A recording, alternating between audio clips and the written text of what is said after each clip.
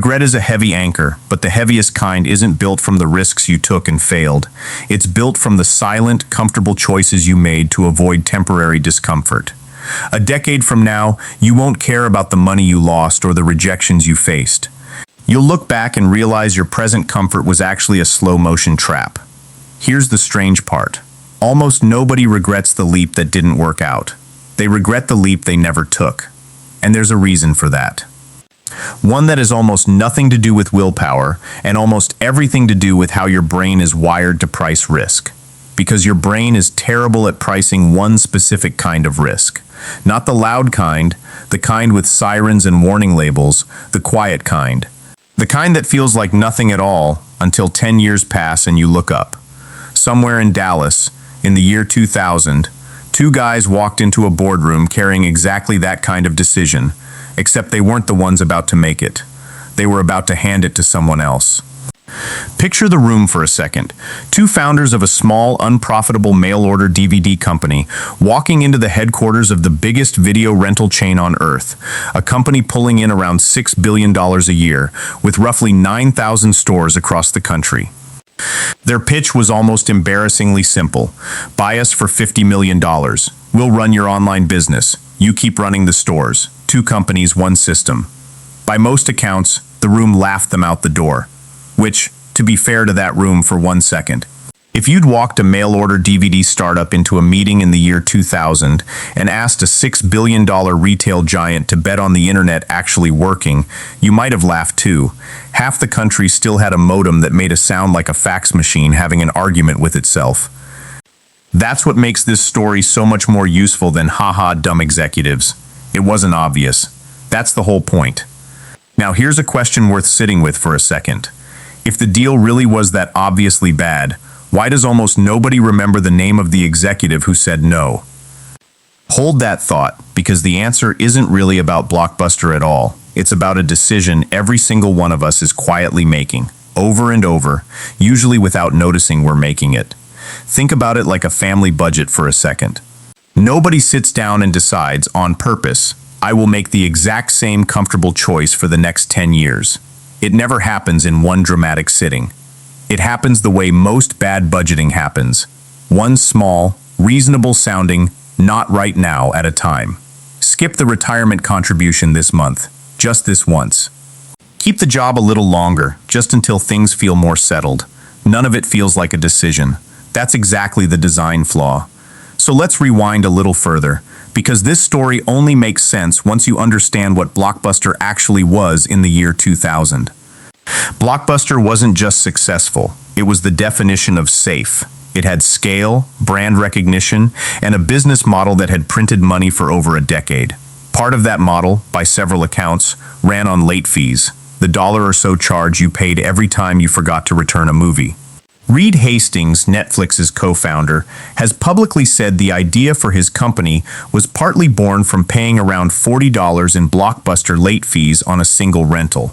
So think about what Blockbuster was actually optimizing for. Not delight the customer, not build the future. It was optimizing for one very comfortable, very predictable thing: protect what's already working. That instinct isn't stupid, by the way. It's one of the most human instincts there is. Protecting what already works has kept people employed, fed, and safe for generations. The problem is what that instinct costs you when the ground underneath it is already shifting. By 2000, Netflix had around 300,000 subscribers and was still losing money. Compared to Blockbuster's scale, it looked less like a competitor and more like a rounding error. Easy to dismiss, easy to laugh at.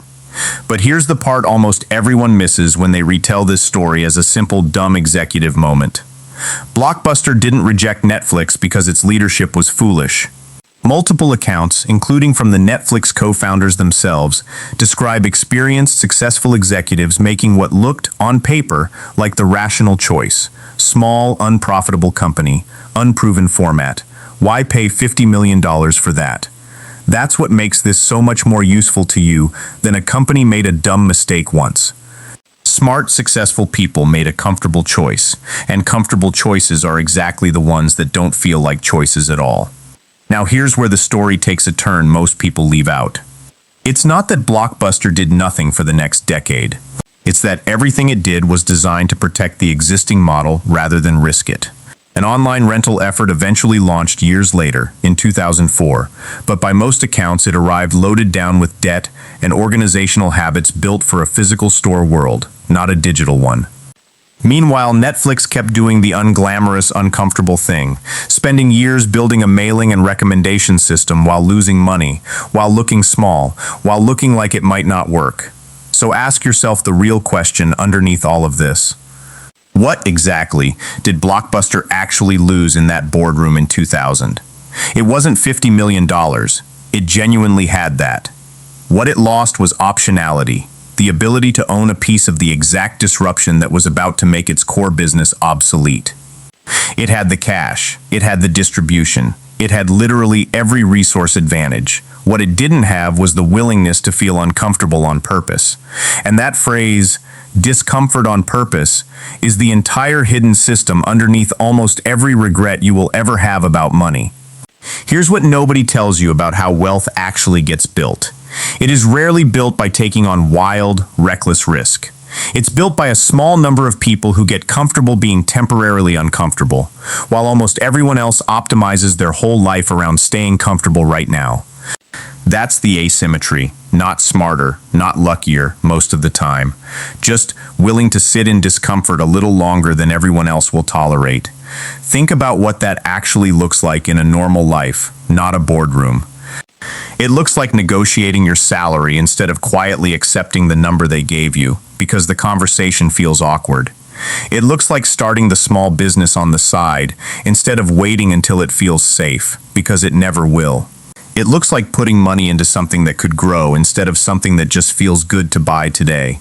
Every one of those moments feels tiny in the moment they happen. None of them feel like the decision that will define the next 10 years. That's exactly what makes them so dangerous, and exactly why they're the ones people regret the most. So let's make this specific, because vague regret is useless to you. Here are 5 versions of that exact same trap, the ones that quietly cost people the most over a decade. And notice, every single one of them is a comfortable no, dressed up as a responsible one. The first is staying in the job that feels secure long after it's stopped teaching you anything, because leaving feels riskier than staying still. Even though standing still in a moving system is its own kind of risk. It's the professional version of Blockbuster's 9,000 stores, a lot of square footage, not a lot of forward motion. The second is avoiding the uncomfortable financial conversation. The raise you don't ask for, the rate you don't negotiate, the money conversation you keep postponing until it postpones your entire decade. Most people will spend more energy avoiding a 5-minute conversation about money than they'll ever spend earning the money that conversation was worth. The third is choosing the purchase that soothes you today over the boring, unglamorous habit of putting money into something that compounds. Because spending feels like a decision, and saving quietly, consistently, feels like nothing at all. There's no boardroom laughter involved in that one. Just a debit card and a decade quietly slipping by underneath it. The fourth is refusing to put your name on your own idea, the side project, the skill, the small bet on yourself. Because it's easier to stay anonymous than to risk being seen trying and failing. Reed Hastings and Mark Randolph put their names on a company that lost money for years before anyone outside a small circle took it seriously. That's not luck. That's tolerance for looking foolish in public for longer than most people can stand.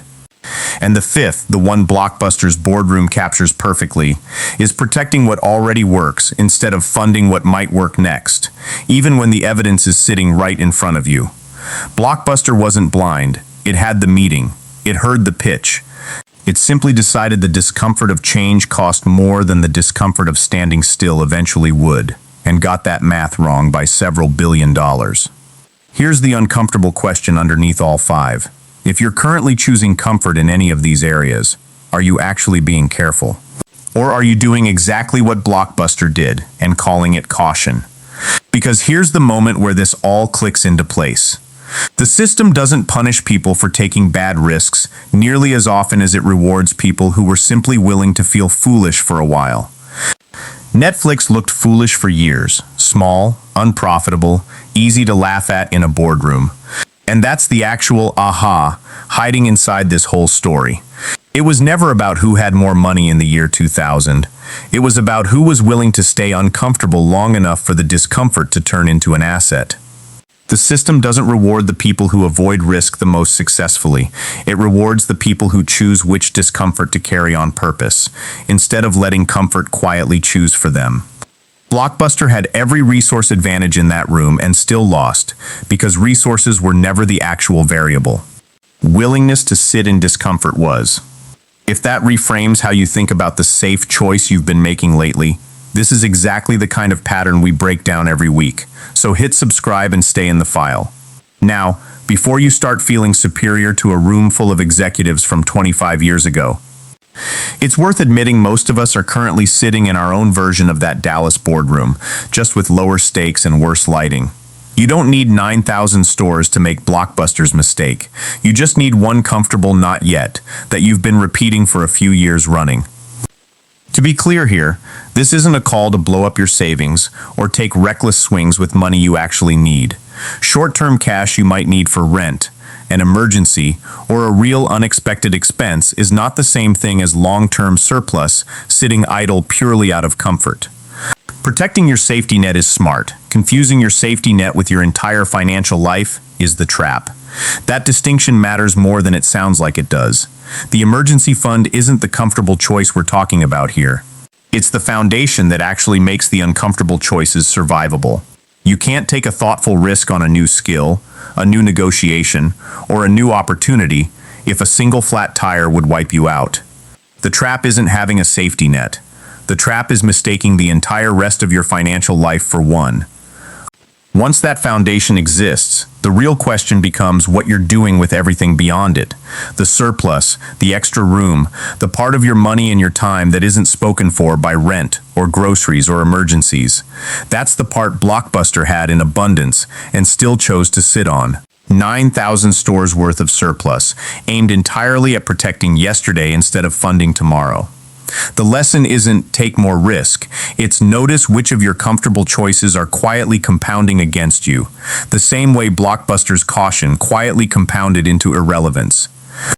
And here's the part worth sitting with, because it cuts against how most of us were taught to think about responsible decisions. Being responsible was never supposed to mean avoid every uncomfortable feeling. It was supposed to mean weighing the discomfort of acting against the discomfort of not acting, honestly, instead of automatically voting for whichever one feels quieter this afternoon.